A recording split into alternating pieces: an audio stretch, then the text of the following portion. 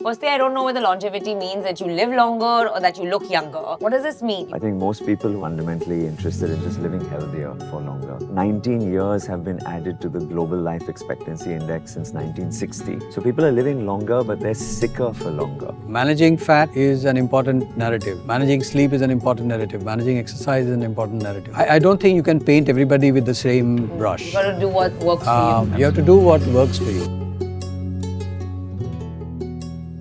Hi, today we're going to cover a topic that I personally have been very curious about, which is longevity. Firstly, I don't know whether longevity means that you live longer or that you look younger. I don't know what the gimmicks are. I don't know what the hard facts are. I don't know what all the tools I have to have this work for me. And so for that, I have two fantastic experts who I know for a fairly long time. I have Dr. Marcus, who's a really, really strong voice in this space. And of course, Dr. Joy, our neurologist, who's back with us for another episode. Dr. Marcus, with you, it's our very first time, so welcome. Thank you. To uncondition Strong yourself. voice with a weaker voice this morning. You know what? It's what you have all here that's going to come out. So don't worry, the mic will help with the voice. Great. But I want to jump straight into this, which is longevity. Yeah. What does this mean? You live longer or you look younger than what you are? I think it's about living healthier. Length of time can be a great side effect and a byproduct. I think most people who I talk to are fundamentally interested in just living healthier for longer. We're living in a society where there's too much disease, there's too much burden of chronic disease on our day-to-day lives. And people want to feel more vital again, have that energy, that youthfulness.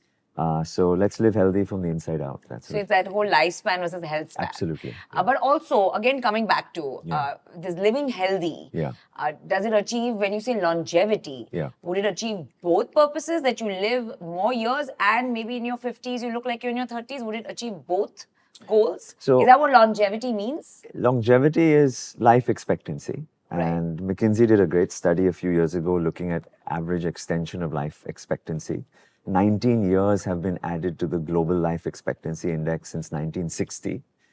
Most of that is because of better genetic medication, better surgical techniques, and lifting people out of poverty. Correct. But along with that extension of lifespan has now crept in an increase in the morbidity of individuals suffering from one or more chronic diseases at the same time. Right. So people are living longer, but they're sicker for longer. And I think a lot of the conversations, therefore, should be how can we get back to good health again through basic, simple lifestyle-based practices. And as a consequence of that, perhaps then extend lifespan beyond that. You know, ever since Bryan Johnson visited India, and literally it was a storm after his arrival because he introduced all these concepts, and you know, to his credit, he looks pretty young for his age and is pretty fit. Longevity became a big buzzword in the country. At this point, I don't know what all he talks about is a gimmick versus hard facts and evidence to substantiate that it actually works. So maybe specifically in his context, if we can talk about gimmicks versus facts. I think the biggest contribution Bryan has had to this field has been making it a conversation that many, many more people have access and are now having. Anything beyond that from a realm of science is pretty limited, honestly, with what he's doing. I've had the opportunity of interacting with him on a few occasions, and it's an interesting experience. We'll just leave it sort of at that. He is obviously an individual of great wealth, and he has the affordability and the time to dedicate towards a particular way of living, which is not sustainable for the rest of us. Which part of it is not sustainable? The fact Give me that 2 or 3 examples for people who don't know much about An example it. is the way one lives in an enclosed environment with sort of perfect air. We can't, the three of us, Absolutely. never, I mean, the 20 of us in this room can't achieve that because of the sort of the city we live or the infrastructure that's around us.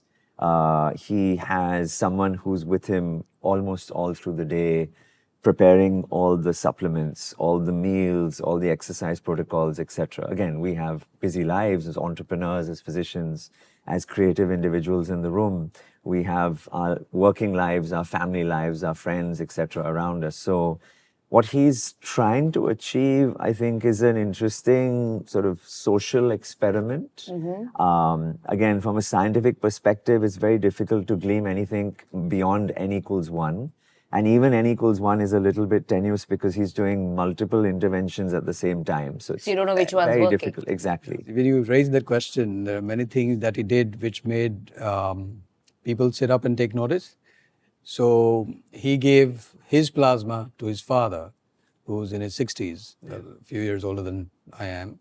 And he took his 16-year-old's plasma and got it infused in himself. It took the biological world by storm. And these were experiments done in mice earlier. It's called Parabiosis. It was first time done in humans. Yeah, and now he's been doing it he's been doing it saying that if he takes plasma, and of course it is. How often does he do it?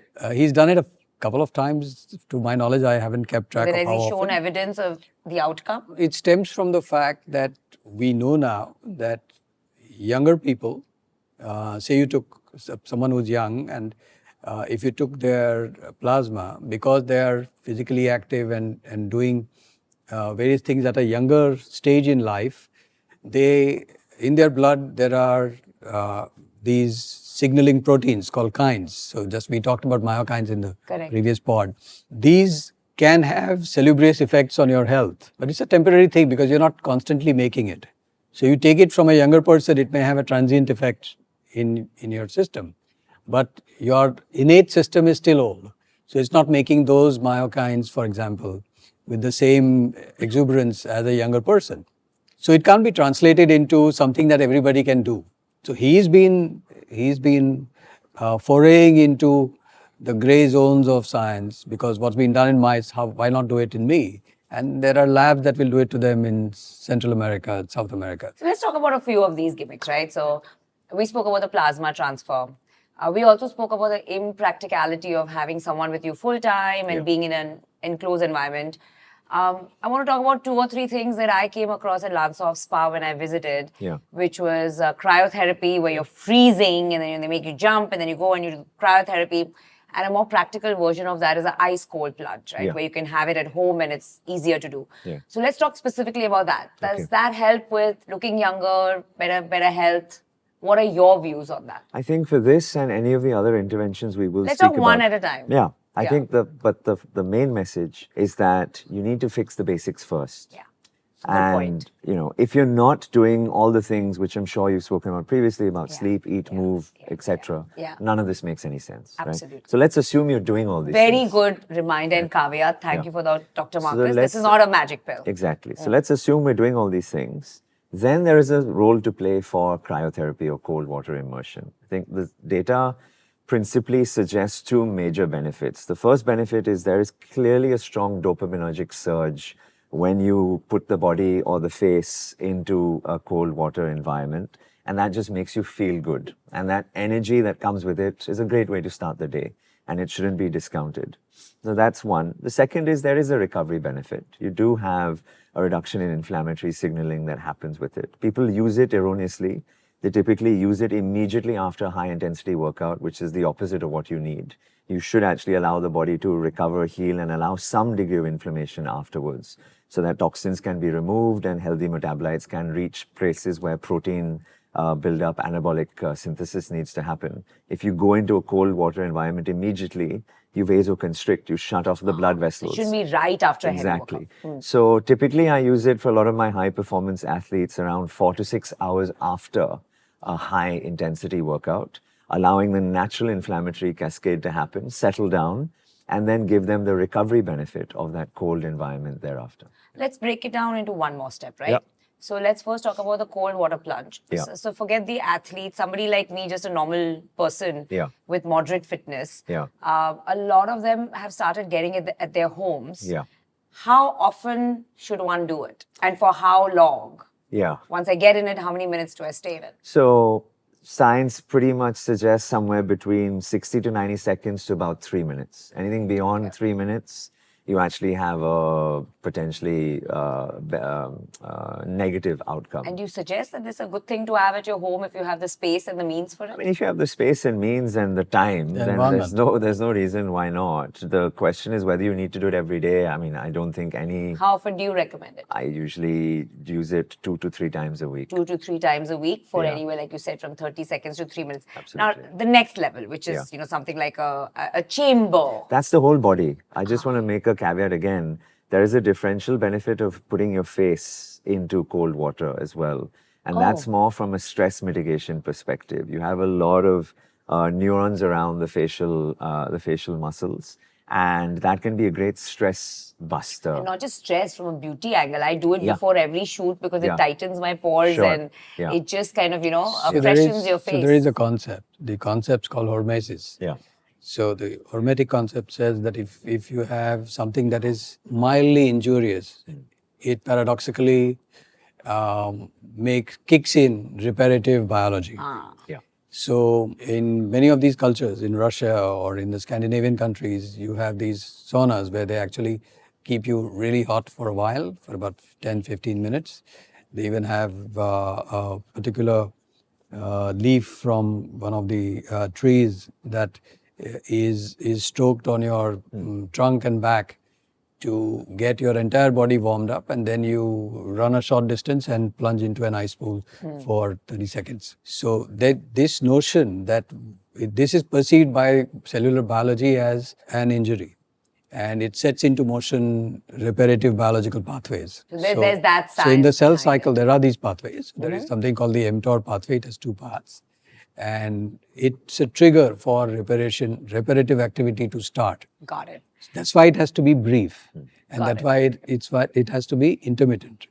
And it's a part of these cultures. So if you travel to these countries, you will clearly see it's part of their regular life. Understood. I want to just go one step deeper, which is now we spoke about something you can do at home versus a chamber, which is a wellness spa or a clinic like yours would have it, where you actually go in the cryo chamber. So if you do the at-home thing versus the chamber, what's the difference between the two? I think, again, it's a case of majoring in the minor, which is, look, there will be a difference in the way your body perceives temperature, whether you are immersed in water versus whether you're in a cold environment and it's the air which is cold, right? So clearly there's a different sort of physiological response. But whether one is advantageous over the other, I think it's a case of nuance. And okay, so it's really just two things that people do for the same end goal. Yeah. And it's just variety. I can tell you because variety to your life. I experiment and use a whole bunch of these things. It is significantly harder to sit in cold water than it is to be standing in one of those cryo chambers. Really? Much, much more So difficult. I've tried the cold water, Yeah. but I've not tried the chamber. I was very petrified of it. And you're saying that's easier than the other one. The cold water is harder, so standing in the chamber so maybe I should is try that easier. one. What about the red light therapy? Red light, different benefits, completely different benefits. Photomodulation is sort of the ideal principle behind it, which is light is a wavelength of energy. And depending upon the wavelength of energy, it can penetrate or permeate through to cells beneath the skin and therefore impart that energy to certain cellular or subcellular organelles. And so you have different frequencies which are there. There's the blue light spectrum, there's the red light spectrum. Different machines have different wavelengths, typically 450 to sort of 670 nanometers. And again, depending on what you're trying to achieve, so people use it either for skin restoration, more aesthetic benefits. I prefer to use it much more for collagen. This is the red light. This is red light for collagen and more importantly, sort of for healing beneath the skin. So time exposure, typically 10 to 12 minutes. And how often? Again, once or twice a week. Once or twice a week. And full body or only face? No, so if you're trying to get an aesthetic benefit, then you can expose the face. Please be careful with your eyes. You need to make sure you've got good clinical grade goggles that you're wearing to stop the wavelength from penetrating through. I have a very nice simple panel which I have by my bed at home. So 3-4 times a week, I just switch it on while I'm reading a book before bed. That was the point I wanted to cover because a lot of people are getting these at-home devices. Yeah.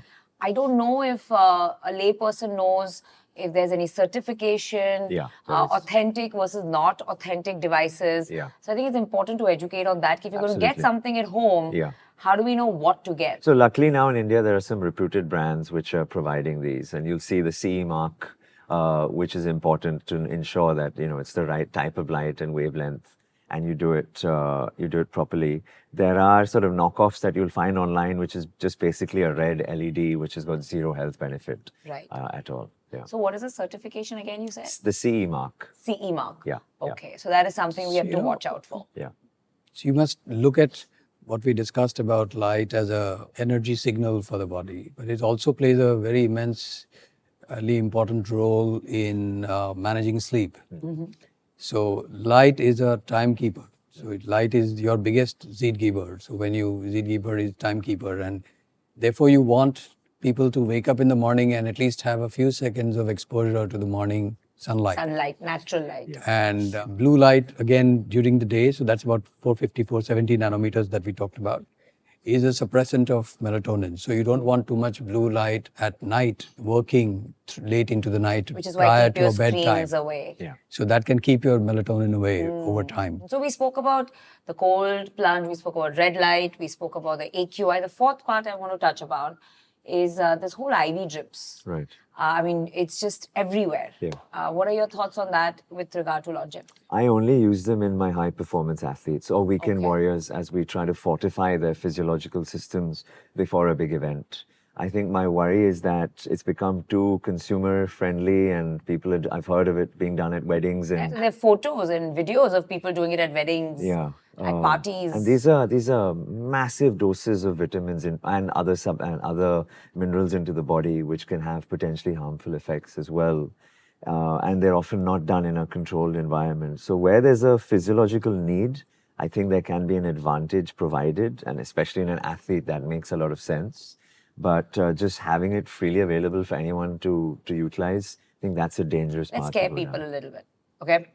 Let's assume at a wedding or at a party, people Yeah. are getting these high doses of IV because Yeah. that's just the fad. Yeah. You spoke that this can really harm you. Yeah. What are some of the ways this can harm you? So NAD is an example of a IV molecule which is provided, and there are many documented cases of people feeling intense crushing chest pain or tightness in the chest because of the dose being provided too high.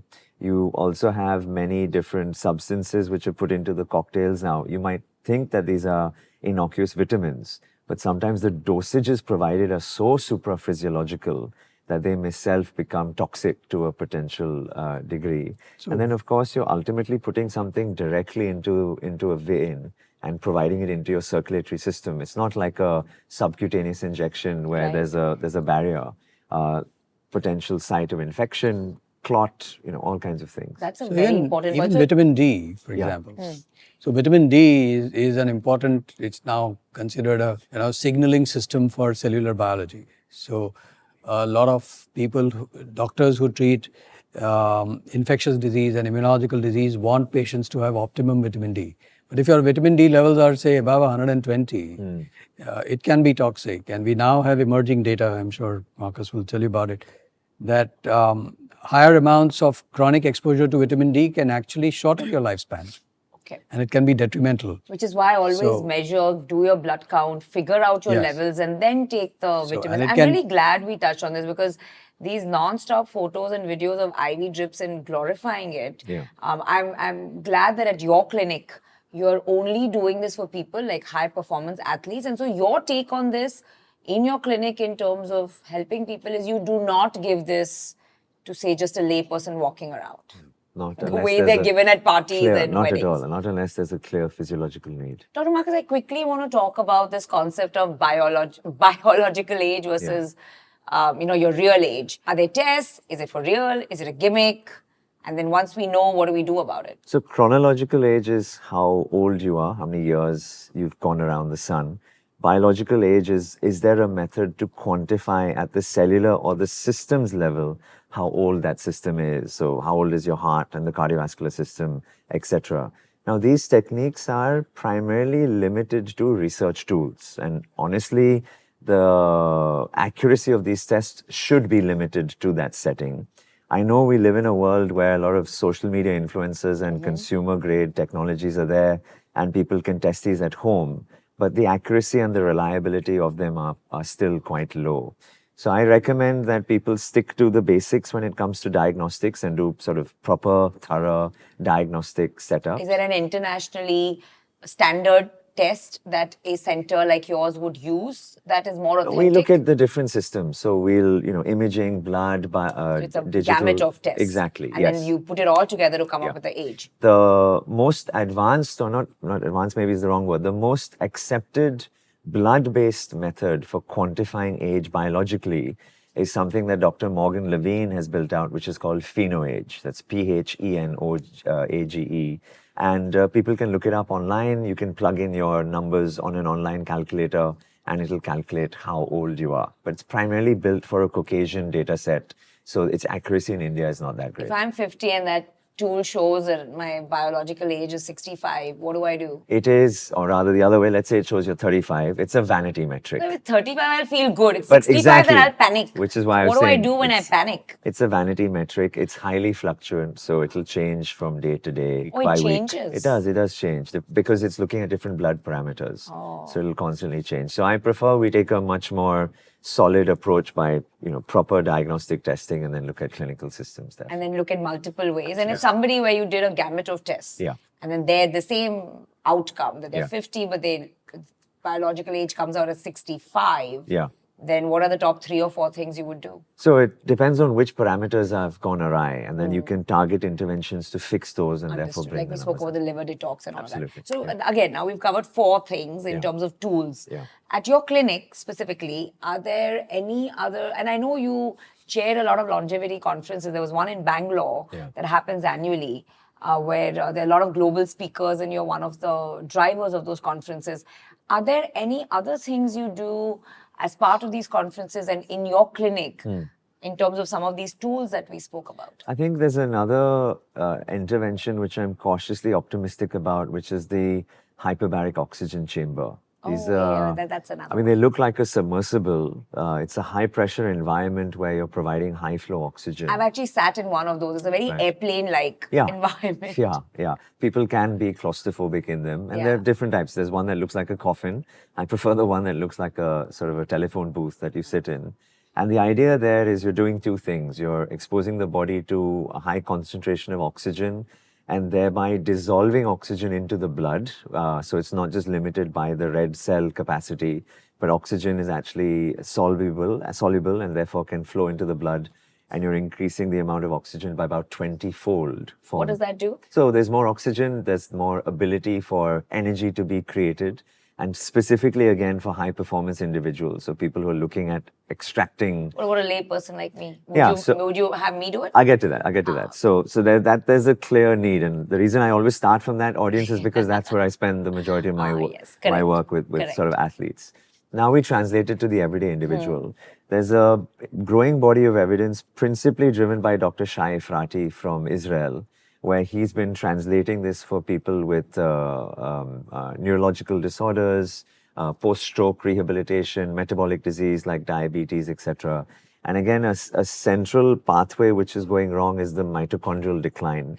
And if we're able to not have oxygen as a rate-limiting step and provide the cellular environment with more oxygen, then potentially those mitochondria can produce more ATP, produce more energy, and therefore the cell can function at a higher capacity. So there's some inclination now towards using these therapies for individuals who've got these different disorders as a means of improving them or putting them onto a particular rehab pathway. Again, it's not to replace the other techniques, it's to augment and provide an alternative pathway. You know, some of these things that we spoke about sound very humane, like you go in an oxygen chamber, cold chamber. I get it. Yeah. One of the medical spas, again, that I went to, liver detox. Right.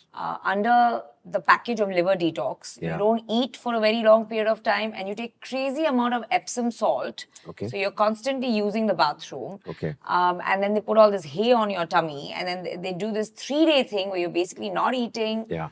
a lot of Epsom salt Yeah. and hay on your stomach Okay.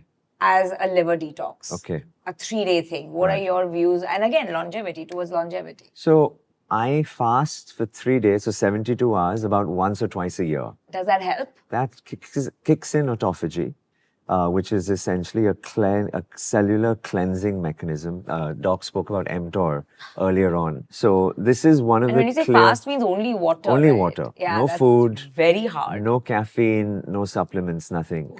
And in models ranging from single cell organisms all the way through to dogs and primates. And dogs are a great example because they're the only animal that share the same physical environment as human beings in terms of air, sound, food, etc.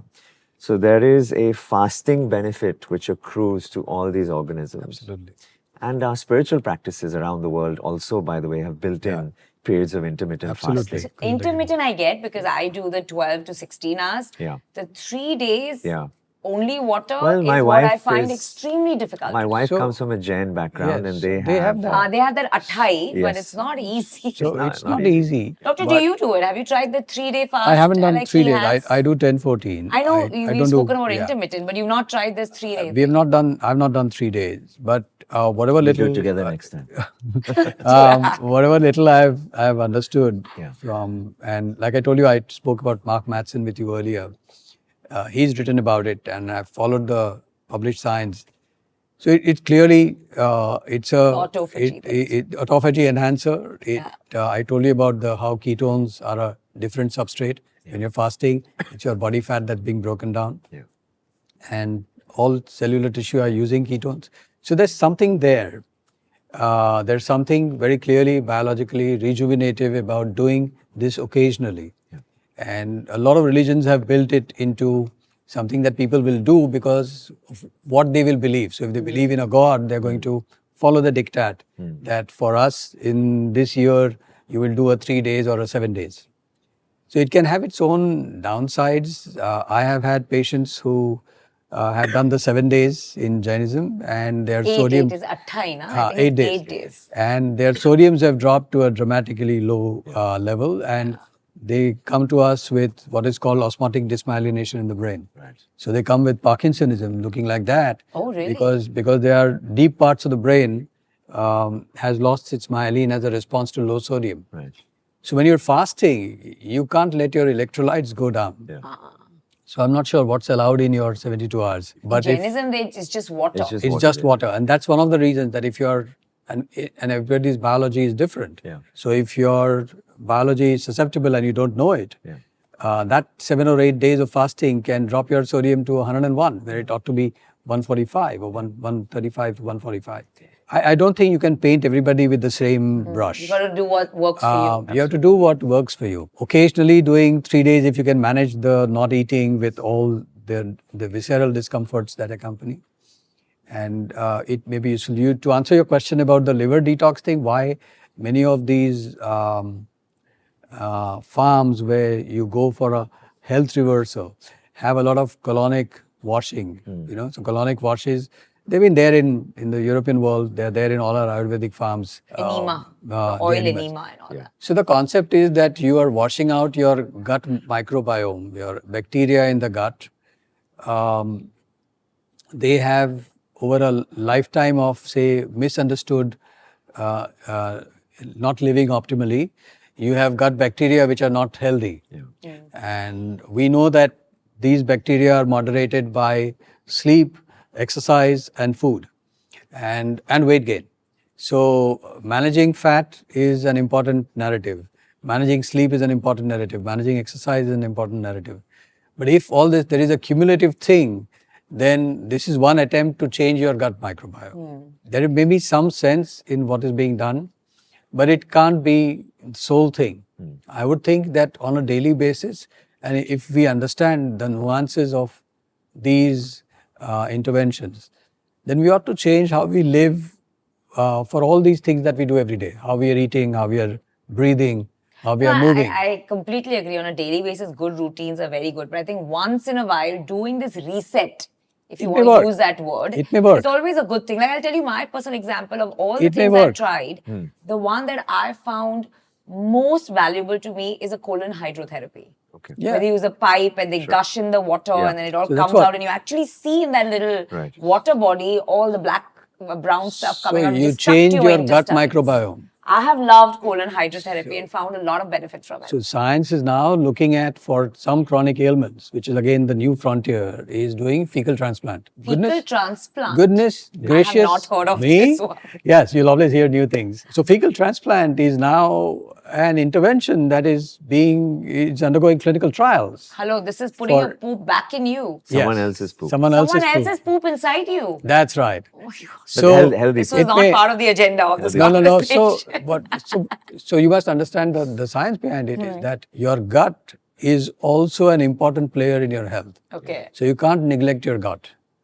And if your gut is unhealthy, then we are saying, okay, we'll take out the unhealthy gut contents and try and put in blocks that are pro-health. Oh wow. So And that is better than putting probiotics in? Like I need to put someone's poop in me versus putting probiotics in? So it's not as simple as that. What I'm trying to illustrate to you is that the science behind understanding gut health being a modulator of organelle health, including the brain, very much many parts of brain disorders are linked to how your gut's behaving. Oh my God. And we talked Insane. about food. So we said that there are two things. So if you have bacteria that are making, so there are two, if you cut it down to the bare bones, the bare bones is that some bacteria make short chain fatty acids. So there is a butyrate and there is a propionate. If your butyrate levels are good, brain is good. If your propionate levels are high, then it could harm your brain. And there are some bacteria that are useful. So if you have the prebiotics and probiotics, some of those pre and probiotics are augmenting those good fatty acid producing bacteria. The way you should I look at it. meant versus the poop. So that is a shocking part that I was trying to No, but compare the that's- probiotic to. I'm only opening a window to how science looks at everything objectively. Yeah. So you're trying to see that can an intervention work? Can it If you study, then you may get a result.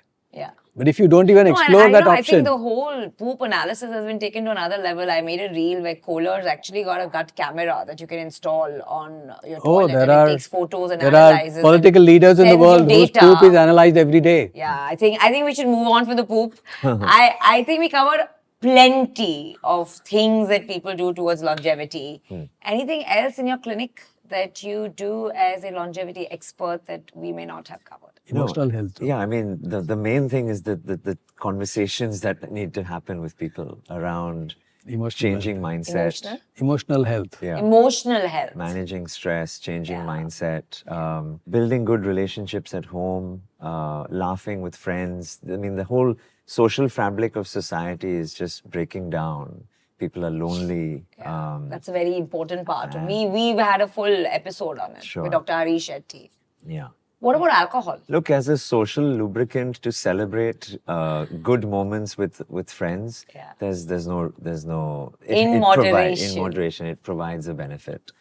Clearly, drinking, binging regularly is going to be harmful to health. What are your views on alternate therapy for longevity, whether it's Ayurveda or homeopathy with an immune reset? I'm humble enough to appreciate that there is science that we don't have answers to.